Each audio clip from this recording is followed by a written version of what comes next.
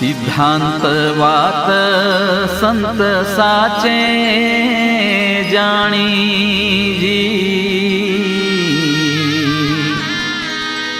મન કર્મ વચને પૂરી પ્રમાણીજી, સુખરૂપ સમજીને ઉરમાએ આણીજી, એવા સંતની કહું એંધાણીજી।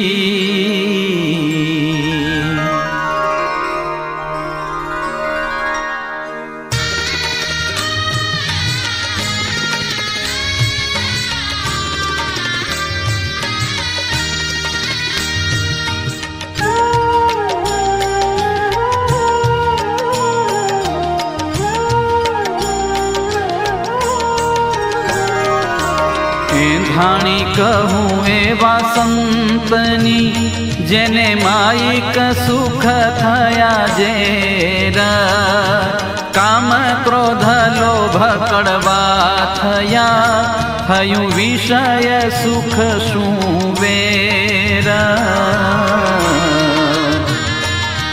જગતના સુખ જોઈને જેને અંતરે થયા છે અળખામણા, રૂડા જાણી નથી રીજતા, છે અવલ પણ ઇન્દ્રામણા। તે થોડે ખાધે થોડું દુઃખ છે, ઘણું ખાધે દુઃખ થાય ઘણું, જેમ ચિરોડી ચૂનાની ચપાટીએ, ગયું ભૂખ દુઃખ તે કિયાતણું। જેમ શોખે રાખે કોઈ સિંહને, પાળતા પૂરણ પાપ છે, એમ ભવ સુખને ભોગવતા મહા મોટો સંતાપ છે। એવું થયું છે અળખામણું, હરિ વિના બીજું હરામાં, મુક્તિ આદિ નથી માગતા, એવા સંત છે નિષ્કામ। વૈરાગ્યે ચિત્ત વાસિત છે, ભક્તિ ભાવે ભર્યું છે ભીતર, ધર્મમાં પણ દ્રઢ માતી છે, છે જ્ઞાનનું પણ ઘર।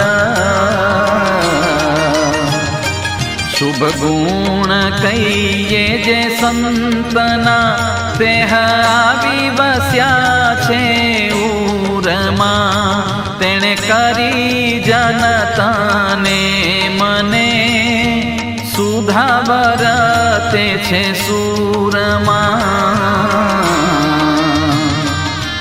તેની દ્રષ્ટે તન અભિમાની, ગીડર નર ગમતા નથી, જોઈ સ્વભાવ એ જીવનો, અભાવ રહે છે ઉરથી। તે શું મન મેળવતા મળે નહીં, ભેળું ભળતા પણ ન ભળાય, નિષ્કુળાનંદ તેનો ખા રહે, તોય તેલને ન્યાય।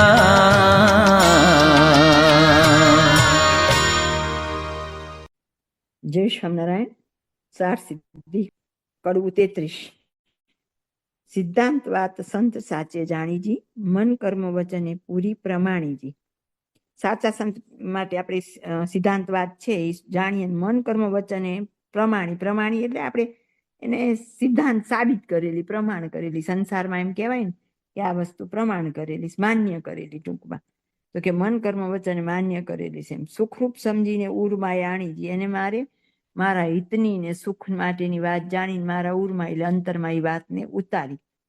એવા સંતને કહું એંધાણીજી, જે સાચા સંત છે, જેની પાસેથી હું સિદ્ધાંત પકડું છું અને જેની વાત સંસારમાં પ્રમાણ છે અને જેની વાત મારા જીવનમાં ઉતારવાની છે, એવા સંતની એંધાણી. તો કે કેવા સંતની? એમ શાસ્ત્રમાં બધે સંત સંત સંત શબ્દ આવે એટલે પછી લોકોને કેવું થઈ જાય કે ભગવું કપડું એટલે સંત, પછી કે અવગુણ નહીં લેવાનું. સ્વામી આપણને એક વોર્નિંગ આપે, સાવધાની બતાવે છે કે શાસ્ત્રમાં બધે છે સંત જમે તે ભેળવું જમું રે, પણ કેવા સંત પહેલા તમે ઓળખો. એંધાણી કહું એવા સંતની જેને માઇક સુખ થયા છે. સૌથી પહેલું જ પ્રમાણ સ્વામીએ શું આપ્યું કે સૌથી પહેલું તમે એમ જ જોજો કે એને શું છે, તો કે એને માઇક સુખ છે ને એની અરુચિ નહીં, ઝેર જેવા લાગે છે એવા હોય ને. આપણે ગંગા સતીએ કીધું ને, મેરું તો ડગે પણ મનડા ડગે ને. એમાં તો કે નિત્ય રે જાવે સત્સંગમાં, તો અહીંયા જઈને શું કરે? એમ તો કે મમતા અને મોહ માયા ટાળે, એને સત્સંગ કહેવાય. તો કે તમે એવાનો સમાગમ કરજો, એવાનો આશ્રય કરજો કે જેને માઇક સુખ ઝેર જ સમાન હોય. કામ ક્રોધ લોભ કડવા થયા, થયું વિષય સુખ સુવે. જે આંતરદોષો છે બધા આપણા, તો કે બધા એને કડવા લાગે અને વિષય સુખ તો એને વેર જેવું લાગે. પંચ વિષયમાં લેશ માત્ર પ્રીતિ તો ન હોય, પણ ઉપરથી એને દુશ્મન જેવા લાગે. જગતના સુખ જોઈને જેને અંતરે થયા છે અડખામણા, જેને જગતના સુખ જોયા છે તો એને તંત્રમાંથી એને અડખામણા કર, આમાં શું એમ એને એવું થઈ જવું જોઈએ. રૂડા જાણી નથી રીસતા છે અવલ પણ ઇન્દ્રામણા. આમ દેખાવે વિષય પંચ વિષય ઉપરથી તો આપણા માટે આપણને સરસ જ લાગે છે ને. ઇન્દ્રામણા એટલે એક જાતના એવા છેતરામણા કે છે ને, ફળ થાય પણ એમાં કઈ આપણે ખાવા જેવાનું હોય, ખાવા માટે ન હોય, ખાલી આપણે લલચાઈ જઈએ દેખાવ હારા જોઈને. તે થોડે ખાધે થોડું દુઃખ છે, ઘણું ખાધે દુઃખ થાય ઘણું. એવા ફળ ખાઈએ તો જે નથી ખાવાના એ ખાવા જઈએ રૂડા જોઈને.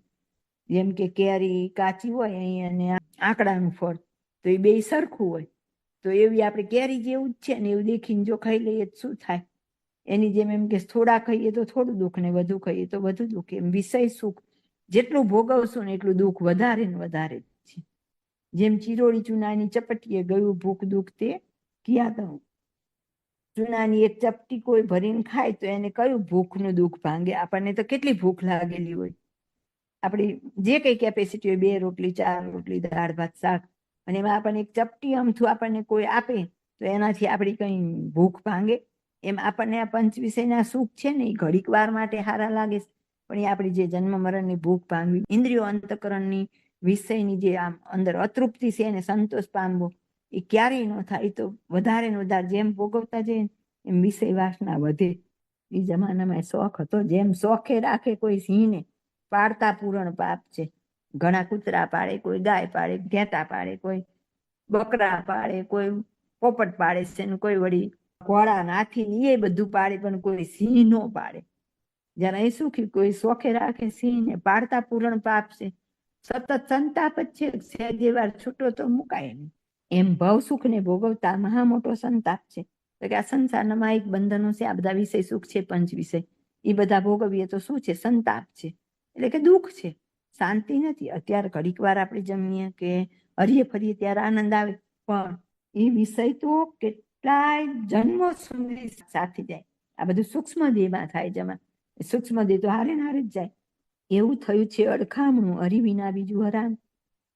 ભગવાન વિના બીજું બધું જ એને હરામ ને અડખામણા. વિષય સુખ તો એને અડખામણા લાગે. મુક્તિ આદિ નથી માંગતા એવા સંત છે નિષ્કામ. પ્રથમના 43માં 4 પ્રકારની મુક્તિ કીધી, તો કે સાચા તો એવી 4 પ્રકારની મુક્તિને પણ નથી ઈચ્છતા. અને આગળ ચોખ્ખું જ કહી દે એવા સંત છે નિષ્કામ, જે મુક્તિ નથી ઈચ્છતા એ બીજું શું ઈચ્છે? એટલે એમ કે છે કે મૂર્તિ વિના તો બીજું એમને કાંઈ જ જોતું નથી. એવા જે નિષ્કામ હોય એવા સંતનો સમાગમ કરવાનો. વૈરાગ્ય ચિત્ત વાસિત છે, ભક્તિ ભાવે ભર્યું છે ભીતર. એનું ચિત્ત કેવું છે? તો કે વૈરાગ્યથી ભરપૂર છે, અને અંદર ભીતર એને ભાવ શેનો છે? ભક્તિનો ભાવ. ધર્મમાં પણ દ્રઢમતી છે, ધર્મ પાળવામાં આમ લેસ માત્ર એ પોલ ન ચલાવતા હોય, એવા અડગ હોય છે. જ્ઞાનનું પણ ઘર, એની પાસે જ્ઞાન પણ બધું યથાર્થ છે. ટૂંકમાં ધર્મ જ્ઞાન વૈરાગ્ય અને ભક્તિએ યુક્ત એવા સંત હોય તો ભલે એકાંતિક દશામાંથી આપણને બધું જ હોવું જોઈએ એવાનો સમાગમ કરવો. મહારાજે શિક્ષાપત્રીમાં કીધું કે જેના થકી ધર્મમાંથી પડી જવાય એનો સંગ ન કરવો. શુભ ગુણ કરીએ જે સંતના તે આવી બેસ્યા છે ઉરમાં, તેણે કરી જન તને મને સુધાવર્તે છે સુરમાં. સંતના જે બધા જ લક્ષણ કહેવાય શાસ્ત્રોમાં એ બધા જ એમાં આવીને વસેલા છે, એટલે કે એ બધા ગુણે યુક્ત છે એવા સંતની વાત છે. તેણે કરીને જન તને મને, તનથી અને મનથી, સુધા એટલે કેવા વર્તે, તો કે સીધા આપણે કહીએ ને, સુધા એટલે વ્યવસ્થિત, જેવા આપણે કીધેલા છે એવા, જેમ શાસ્ત્રમાં જેવા જેવા એમના માટેના ધર્મ કીધા છે એમાં સીધા વર્તતા હોય, અને સાધુની રીતમાં રહીને જે વર્તતા હોય એવા સાધુના સમાગમની વાત છે. તેની દ્રષ્ટિએ તન અભિમાની ગીડર નર ગમતા નથી. એમની દ્રષ્ટિથી એને કોણ નથી ગમતા? તન અભિમાની એટલે દેહાભિમાની, અને ગીડર નર નથી ગમતા. તો અજ્ઞાની એવા લોકો હોય, ગીડર એટલે આ ગાડેડા હોય ને એને કેવા કહેવાય? ઘેટાને આમ એવું કહે ને કે ઘેટાને બુદ્ધિ ન હોય, આપણે ગાડરિયો પ્રવાહ કહીએ કે એક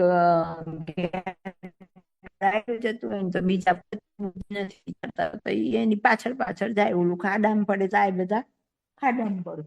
એટલે આમ જનરલી સમાજમાં અને સત્સંગમાં બધે ગાડરિયો પ્રવાહ વિશેષ હોય. જો એક આંધળું અનુકરણ કરશે ને એટલે બીજા કરશે. નાની નાની દરેક વાતમાં સમાજમાં તમે જુઓ તો એક વસ્તુને જેને સ્વીકાર લીધી ને તો ધીમે ધીમે એ બધા એ વસ્તુને સ્વીકારી જ દે, પોતે પોતાની બુદ્ધિથી કઈ વિચાર ન કરે. અહીંયા એમ કે છે એવા હોય ને એમને કોણ નથી ગમતું? તો કે જે દેહાભિમાની અને ગાડરિયા પ્રવાહ જેવા અજ્ઞાની માણસો હોય ને નથી ગમતા. જોઈ સ્વભાવે જીવનો અભાવ રહે છે ઉરથી, તો કે એવા સ્વભાવ જોઈને પછી એવા સંત હોય ને ઉરથી એટલે અંદરથી જેને અભાવ જ રહે, ભાઈ દૂર રાખવાને એમ. તે શું મન મેળવતા મળે નહીં, ભેડું ભળતા પણ ન ભળાય. તેમની સાથે મન મેળવવા જાય તોય મળતું નથી, અને ભેગા ભળવું હોય ને તોય ભળી નથી શકાતું, કારણ કે એના રસ્તા જ જુદા છે. નિષ્કુળાનંદ તે નોખા રહે તોય તેલ ને ન્યાય, એ તો કે કેવા જુદા રહે? તો કે તોય એટલે પાણી અને તેલ, પાણી તેલ આપણે ગમે એટલું મિક્સ કરીએ છતાંય બે જુદું જુદું જ રહે. એમાં આમ અતિશય ઘૂંટીએ ત્યારે ઘડીક થઈ જાય, પણ પાછું અંદર પાણીના પરપોટા જેવા જુદા રહે. તો કે એવા જે છે ને સાચા સંત અને અજ્ઞાની જીવ, એને ગમે એમ કરો ને તો જેમ તેલ ને પાણી જુદા રહે ને એમ ગમે એમ ભેળવવા જાઓ તો એ ભળતા નથી, તો જુદા ને જુદા જ રહેશે. જય સ્વામિનારાયણ.